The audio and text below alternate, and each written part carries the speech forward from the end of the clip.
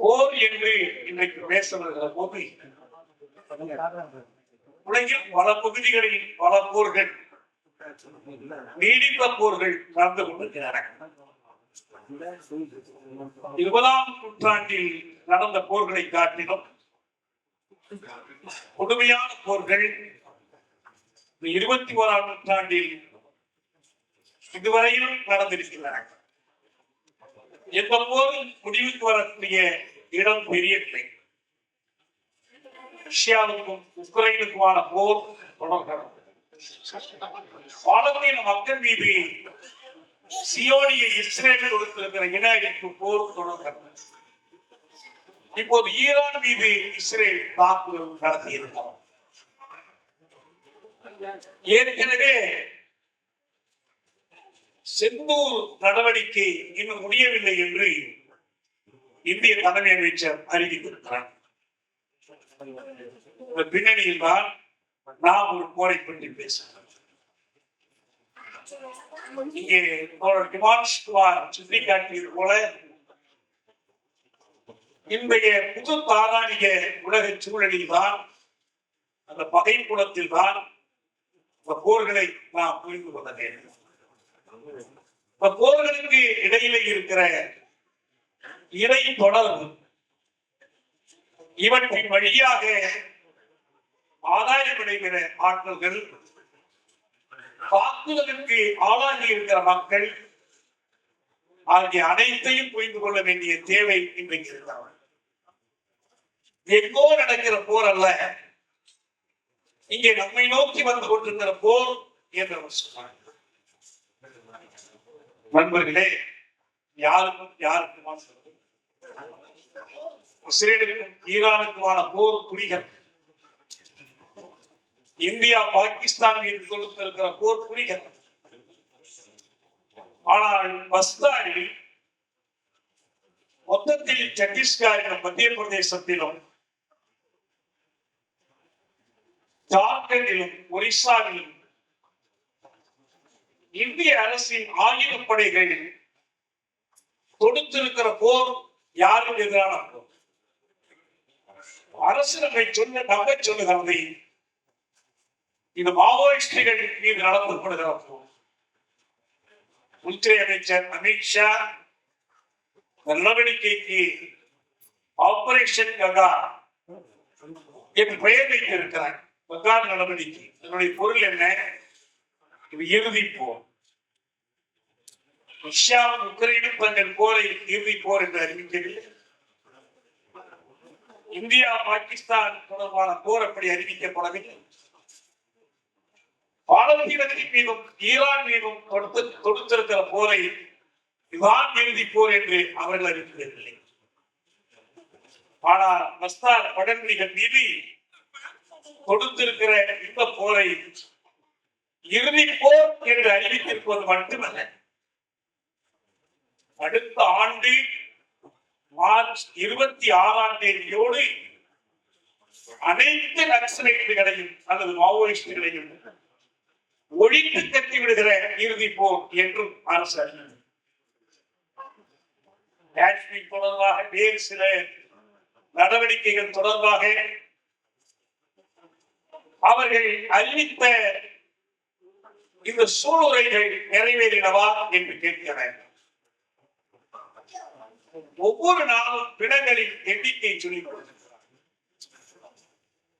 ஈரானிய தளபதிகளை மட்டுமல்ல, ஈரானிய அணு விஞ்ஞானிகளை, அறிவியலரை கூட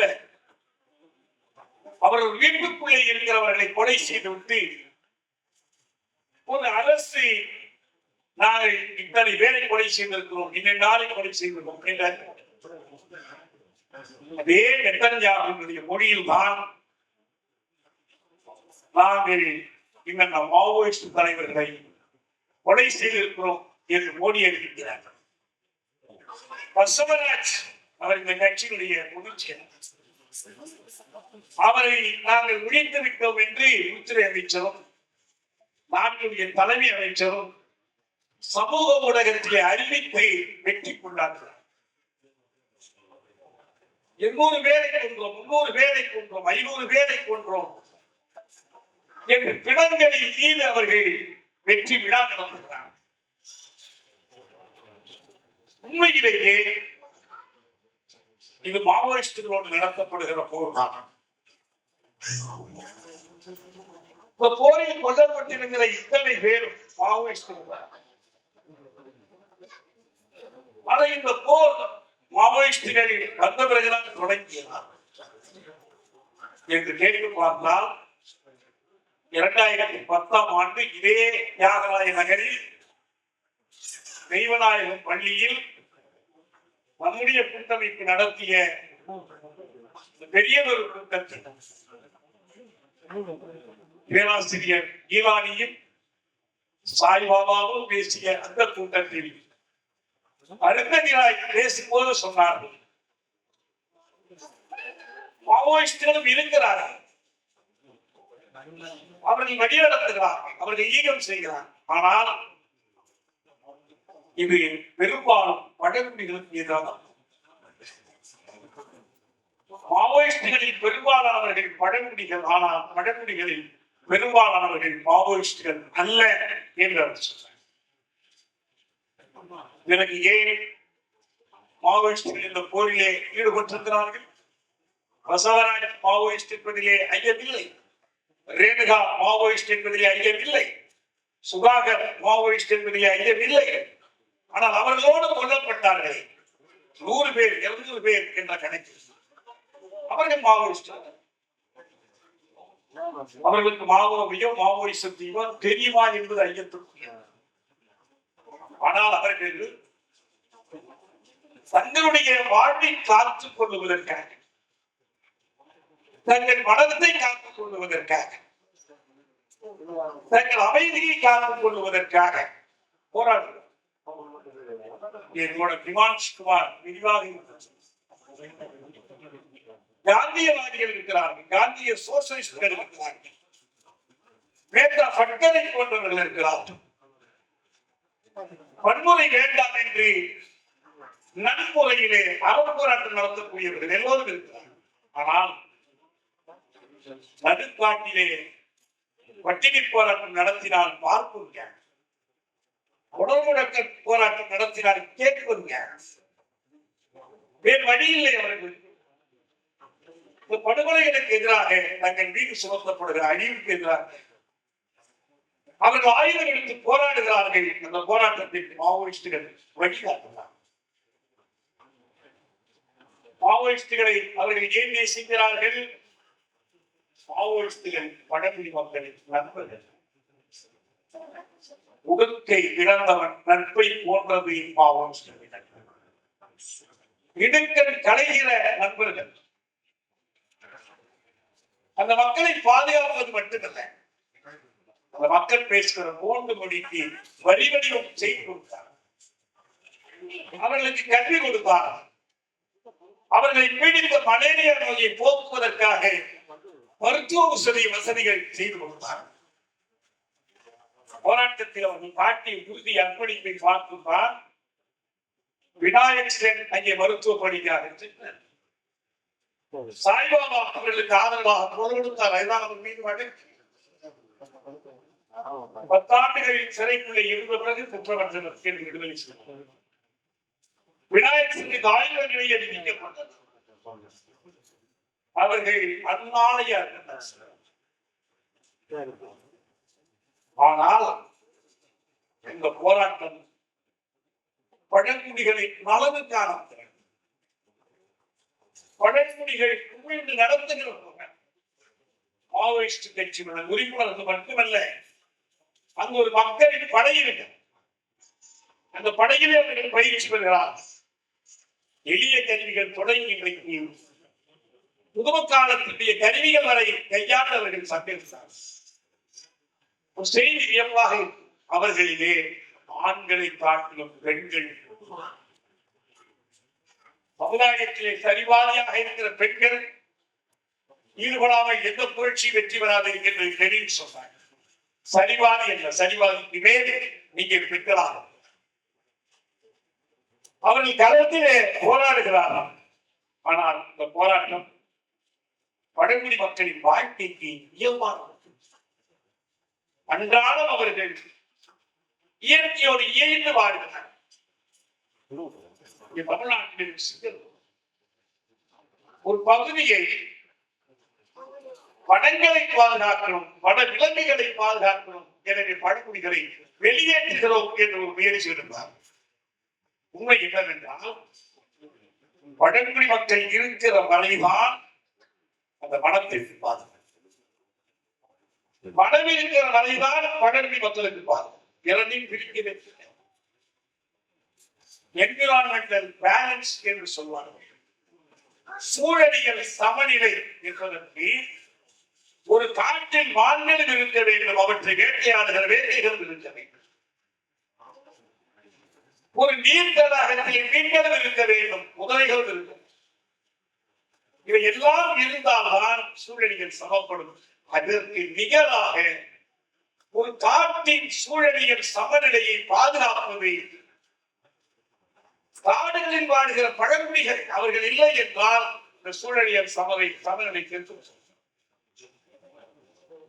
இந்த பன்னாட்டு குடும்பங்கள், பெரும் குடும்பங்கள், வேதாந்தாக்களும் பாரதி விட்டல்களும் காட்டாக்களும் வனங்களிலே இருக்கிற வளத்தை பொறுத்து இந்தியாவிலேயே மிக அதிகமாக பாக்சைட் புதைந்திருக்கிற இடம், நிலக்கரி புதைந்திருக்கிற இடம், தீ புதைந்திருக்கிற இடம், இன்றைக்கு அதிசயமாக கருதப்படுகிற லித்தியம் போன்ற புழுமாழைகள், உருப்பெட்டல்ஸ் எல்லாமே மிக தென்னாப்பிரிக்காவிலே இருந்த மிகப்பெரிய அந்த இயற்கை வளம்தான் தென்னாப்பிரிக்க மக்கள் மீது நடத்தப்பட்ட நேரடி இனவிருத்தல் தாக்குதலுக்கு கூட காரணமாக. ஏன் சகாரா பாலைவனத்தின் மீது நிலவொடுக்கல் பாயவில்லை? இங்கே சத்தீஸ்கரிலே பாய்கிற இந்த பாய்ச்சல் ஏன் தார் பாலைவனத்திலே நடைபெறவில்லை? கொள்ளையடிப்பதற்கு ஒன்று பாய்ந்த மரம் கல்லடிப்பதுதான். அங்கே இயற்கை எண்ணெய் ஏராளமான செல்வங்களை உழைத்து அவள் வயிற்றை கிழித்தாலும் அந்த செல்வங்களை கொள்ளையிட நினைக்கிறார்கள். தடையாக இருப்பவர்கள் இந்த பழங்குடிகள் தடை போட வேண்டும் என்பதற்காக அல்ல, அவர்களது வாழ்க்கை முறை. நீ அவர்களை இப்போது வாழ்க்கை முறைக்கு மாற்ற விரும்பினால், பழக்க விரும்பினால், அதிலே அவர்களுக்கு இருக்கிற நலன் நன்மை என்ன என்பதை உணர்த்தி விரும்பி வாழும். அவர்கள் மீது மாற்றத்தை நாம் சுமத்தவில்லை. இந்த போராட்டம் மாவோயிஸ்டுகள் வந்த பிறகு தொடங்கவில்லை, மார்க்சிஸ்டுகள் வந்த பிறகு தொடங்கவில்லை, கம்யூனிஸ்டுகள் வந்த பிறகு தொடங்கவில்லை. 1757 கிழக்கிந்திய கம்பெனி ஆட்சி 1867 1833 வரை பூமிகியில் கழகம் என்று பழங்குடிகளின் கழகம் நடைபெற்றது. இந்த கழகத்திற்கு பறவை வாங்கியவன் திக்கே மஞ்சு 1785 அவனை தூக்கில் இந்தியாவின் பிரித்தானியத்தின் கிழக்கிந்திய கம்பெனி ஒரு பழங்குடி தலைவனை தூக்கிலிட்டு தன்னுடைய சோழனை வனவளங்களை கொள்ளையிடவே விருப்பம் போல் வரி விதிக்கவே அவர்கள் தலையிலே வாழ்க்கையை சுமத்துவதற்காக இதை செய்தார்கள். 1785 மஞ்சி தூக்கிலிடப்பட்டார். தெற்கே வாரங்களில் 1799 பட்டம் கொண்டது. 1801 அக்டோபர் 24 மருதுபாண்டியர்கள் சகோதரர்கள் தூக்கினர். எல்லாம் பிரித்தானிய கிழக்கிந்திய கம்பெனி காலத்தில் அடுத்தடுத்தாக இன்றைக்கும் ஜவஹர்லால் நேரு பல்கலைக்கழகத்தில் ஒரு மாணவர் அமைப்பு இயங்குகிறார். ஜோதிபா புலே, அம்பேத்கர், பகத்சிங் மாணவர்கள் இயக்கக்கூடிய பேரே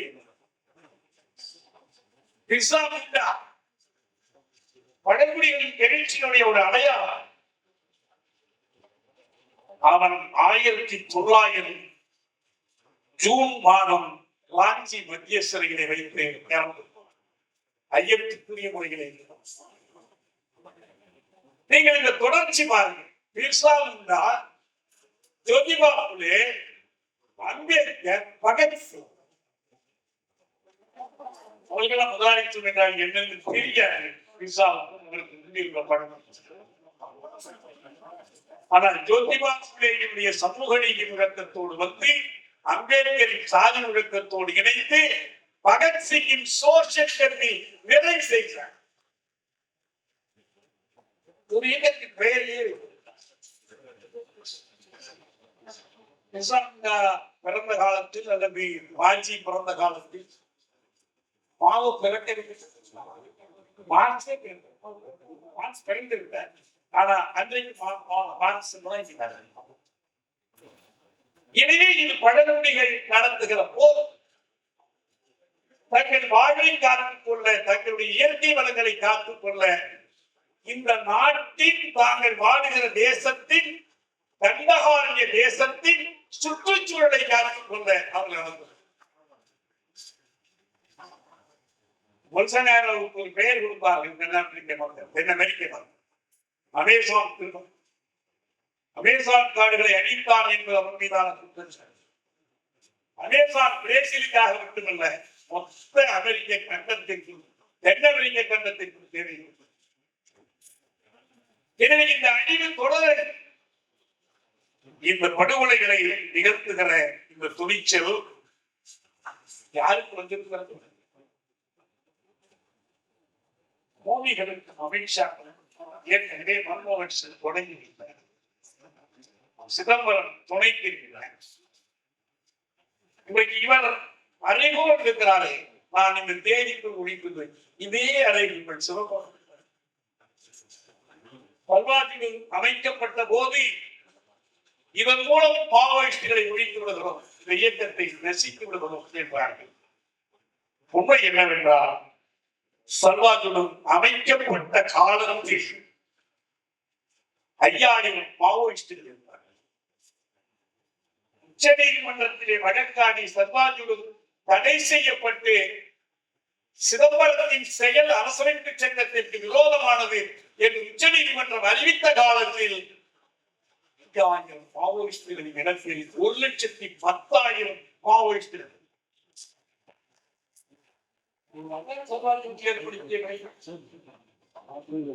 பிறகுதான் பச்சை என்ற பெயரில் நமக்கு இதை செய்தார். 2009 முள்ளிவாய்க்காலை பரப்போம் 1,46,679 பேர் பாடவில்லை, இவர்களுக்கு விடை சொல்ல வேண்டும் என்று மன்னார் ஜோசப் ஆண்டகை எண்ணி கணக்கு கொடுத்தார். அமைத்த ஆணையத்திலே போய் கொடுத்தார். இந்த இட அறிவிப்பிலே இந்தியாவில் இந்த பங்கிற்கும் பச்சை வேட்டைக்கும் தொடர்பு சீடர் வெளிவருகிற ஒரு தற்சார்பான ஆய்வு நிறுவனம் ஈழப்போரில் இந்தியா பங்கு வைப்பதற்கான உண்மை காரணம் என்ன, பாகிஸ்தானுக்கு என்ன அக்கறை, ஈரானுக்கு என்ன அக்கறை என்பதை எல்லாம் ஆய்வு செய்வார்கள். அவர்கள் சொன்னார்கள், இந்தியா ஒரு இந்திய மாதிரி, ஒரு ஆசிய மாதிரி உருவாக்க நினைத்தது. மக்கள் கிளர்ந்தெழுந்து போராடுகிற போது அவர்களை எப்பாடு மட்டும் அடக்கவே, அப்படி அடக்கி ஒடுக்குவதால் ஏற்படுகிற விளைவுகள் என்னவாக இருக்கும், அதற்கு எப்படி முகம் கொடுக்க போகிறோம் என்று பார்ப்பதற்கு ஈழ இனப்படுகொலையை இந்தியா பயன்படுத்திக் கொண்டது என்று அந்த அறிக்கை சொன்னார். 2009 அது 2010 சென்னையிலே அரங்கராஜ் பேசுகிற போது சொன்னார், தமிழ்நாடு இந்த ஈழத்தை இன அழிப்பை தடுக்க தவறி நான் பெரிதும் எதிர்பார்த்தேன். ஆனால் ஏமாற்றம் அந்த இன அழிப்பை நடப்பதையெல்லாம் இங்கே பச்சை வேட்டையிலே நடத்துகிறார். ஆனால் ஒன்று எனக்கு ஒரு நம்பிக்கை இருக்கிறது, ராஜபக்சே செய்ததை எல்லாம் மன்மோகன் சிங் செய்துவிட மாட்டார். பார்ப்பனியத்திலே நம்பிக்கை கொண்டது. வெள்ளாட்டு தேடி மட்டுமல்ல, வெள்ளை பூங்கும் சாப்பிடார். அவர்கள் இப்படி செய்து விடுவார்களா? இதை தந்திரமான இதை கொடுக்க பார்ப்பார்கள், பிடித்தாழ்வார்கள். வேறு ஏதாவது செய்வார்களே தவிர ஒரு இட அழிப்புக்கு துணிய மாட்டார்கள். அவருடைய பேச்சிலேயே மெய்ப்படாமல் போன ஒரே ஒரு போது இன்று அதுதான் கையாளப்படுகிற கருவிகள் என்ன?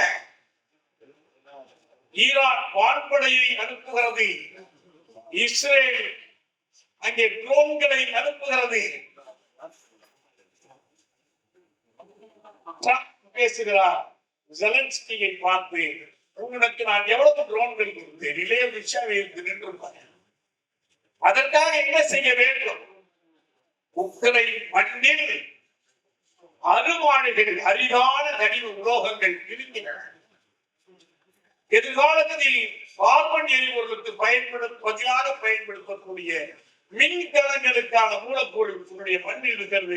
உன்னுடைய நாட்டில் இருக்கிற அந்த மூலப்பொருளில் 50 விழுக்காடு நீ அமெரிக்காவுக்கு கொடுக்கிறது.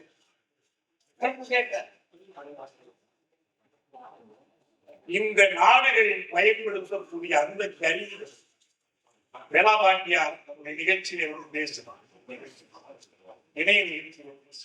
சொன்னார், பாகிஸ்தானோடு சண்டை போடுவதற்காக ரஷ்யாவிடமிருந்து இந்தியா வாங்கி வைத்திருக்கிற அந்த உளவு வானூர்திகள், ஹெலிகாப்டர்கள் சத்தீஸ்கரிலே கொண்டு ஒரு இடத்திலே தலைவர்கள் கூடியிருக்கிறார்கள். அவர்களை சுற்றி வளைக்க வேண்டும் என்றால் ட்ரோன்கள் பயன்படுத்தப்படுகின்றன. இந்த வான்படை, இந்த ட்ரோன்கள், இந்த எந்திர துப்பாக்கிகள் இத்தனையையும் பயன்படுத்தி தோழர் பசவராஜையும் அவரோடு இருந்த தோழர்களையும் அவர்கள் நெருங்குவதற்கு 50 மணி நேரம் போர் புரிய வேண்டியிருந்தது. எவ்வளவு பெரிய ஒரு எதிர்ப்பு, எவ்வளவு ஒரு உயிரை குறிக்காது உணர்வு. அந்த உணர்வோடு பழங்குடிகள் பழங்குடிகள் ஏன் மாவோயிஸ்டுகளை நேசிக்கிறார்கள் என்றால் இவர்கள் நமக்காக உயிரை கொடுப்பவர்கள் என்று நம்பி நேசிக்கிறார்கள். நான் மீண்டும் மீண்டும் அந்த வீரர்களுக்கு செல்வனக்கிறேன். ஒருபோதும் இத்தகைய போராட்டங்கள் அழிந்துவிடப் போவதில்லை. ஈழத்திலே நாம் சொன்னது போல வடிவங்கள் மாறலாம், வழிமுறைகள் மாறலாம், இலக்கு மாறலாம். தொடர்ந்து போராடுவோம் என்பதற்கான உறுதிப்பாடு இல்லாது முறையில் தான் நண்பர்களே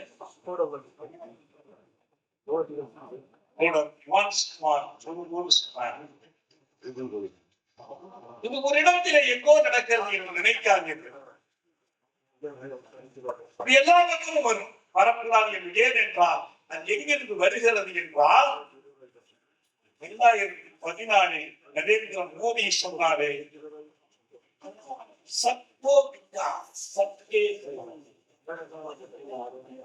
அனைவருக்குமான வளர்ச்சி, அனைவரோடு இணைந்து இன்க்ளூசிவ் growth எங்கே கொண்டு போய் விட்டது?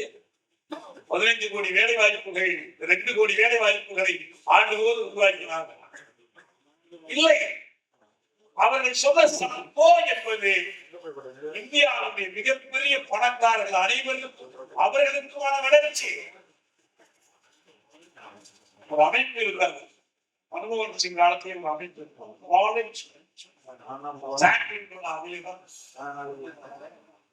நாலேஜ் கமிஷன் எதிலே துணியாக இருக்கும் என்றால் மக்களுக்கான நலத்திட்டங்கள் எதுவும் பிற்படுத்தப்பட்டவர்கள், அட்டவணை சாதிகள், அட்டவணைப்படுத்தியதற்கான இடஒதுக்கீடு எதுவும் இல்லை. எப்படி காடுகளிலே வலுத்தது வெல்லுமோ அது போல இந்த சமூகத்திலே யார் முடியுமோ போட்டி போட்டு ஜெயித்து அவர்கள் போட்டி போடுகிற போது சிந்துவது சிதறுவதை கொண்டு ஏறி போவார் என்று ஆங்கிலத்தில். மற்றபடி சமத்துவம், சமூக நீதி இதெல்லாம் வேலையே கிடையாது. அந்த கொள்கையுடைய தொடர்ச்சி 91 வாஜ்பாய் இந்தியா கையில் எடுத்துக் கொண்ட அந்த புது தானாடிய கொள்கை, இது வல்லரசியங்களின் கொள்கை. அமெரிக்க வல்லரசியத்தின் கொள்கை, ருஷ்ய வல்லரசியத்தின் கொள்கை, பிரித்தானிய வல்லரசியத்தின் கொள்கை மட்டுமல்ல, இந்திய வல்லரசியத்தின் கொள்கை பார்க்கிறார்.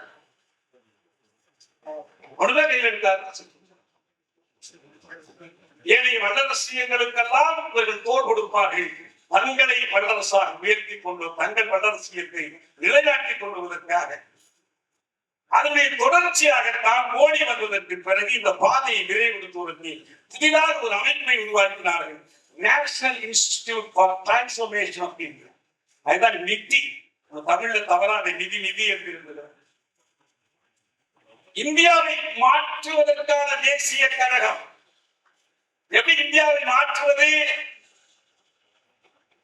பழைய அரைகுறையான சமூக நலப்பாணிகள், அனைவருக்கும் கல்வி கொடுக்கணும், வேலை கொடுக்கணும், மக்களுக்கு உதவி செய்யணும், இதெல்லாம் ஒழிச்சு கட்டிட்டு முழுக்க முழுக்க ஒரு புது தாராளிய முதலிய பாதையை இந்தியா மேற்கொள்ளணும். அந்த டிரான்ஸ்ஃபர்மேஷன் தான் national institute for the transforming India. நீங்க ஒரு சுப்பிரமணியன் ஒரு ஆள் இருக்கிறார்,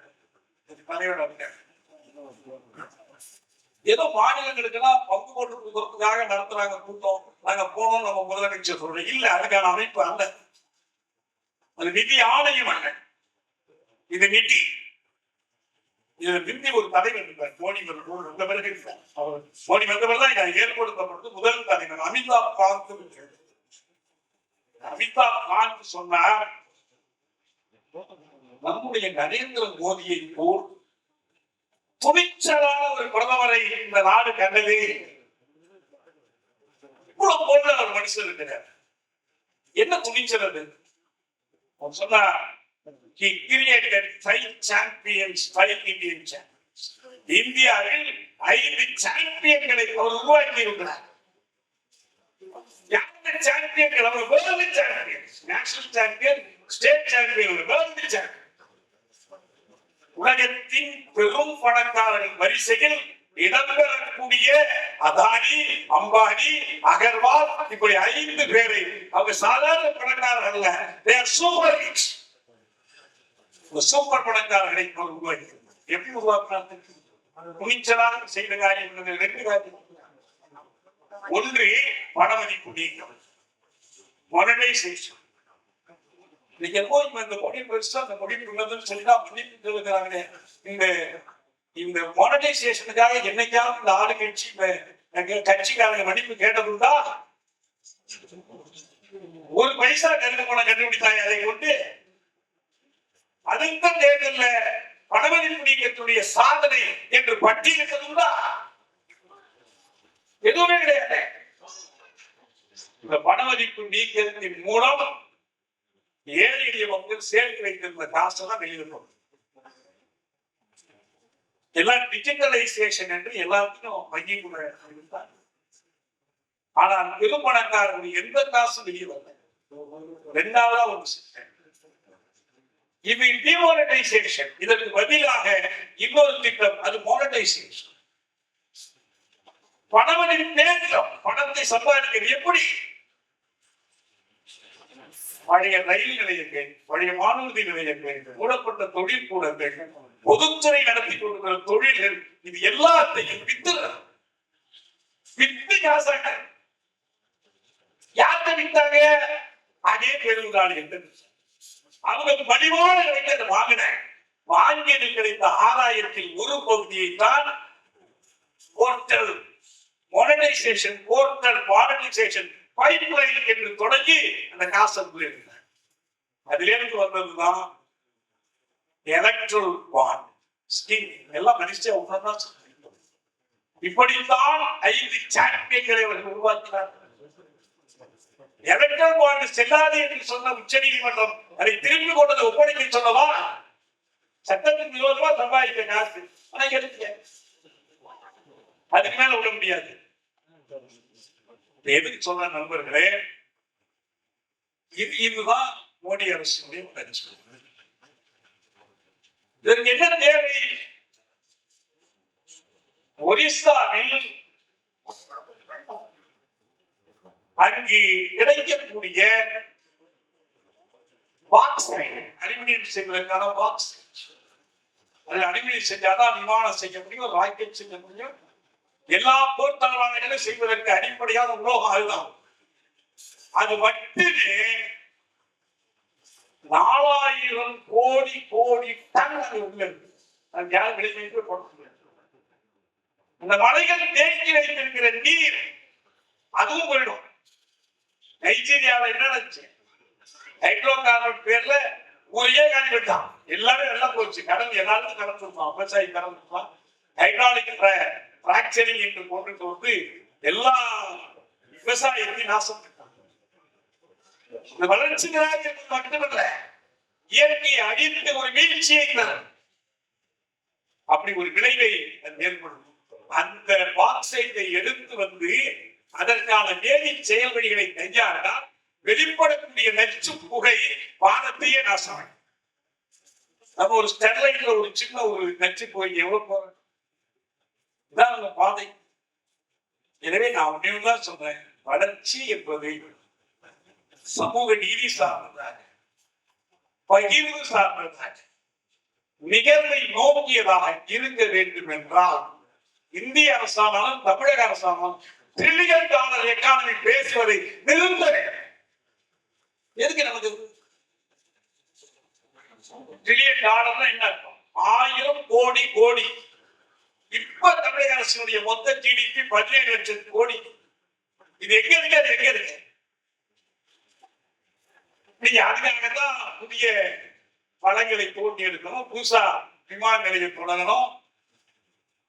முடிஞ்சிருமா?